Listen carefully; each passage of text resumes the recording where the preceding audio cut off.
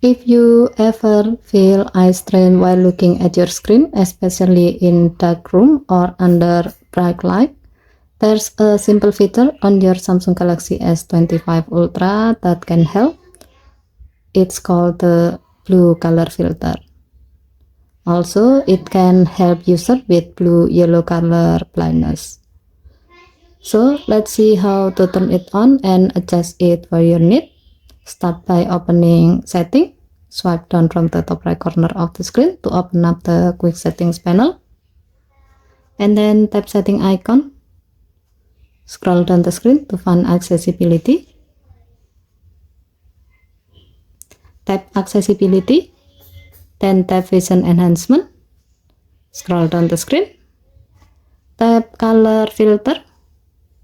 Now turn on the color filter toggle.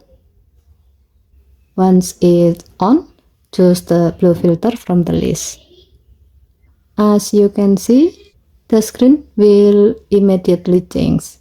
This blue overlay can make text clearer and reduce edge fatigue. Here you can also adjust the opacity slider to make the effect stronger or softer based on your comfort.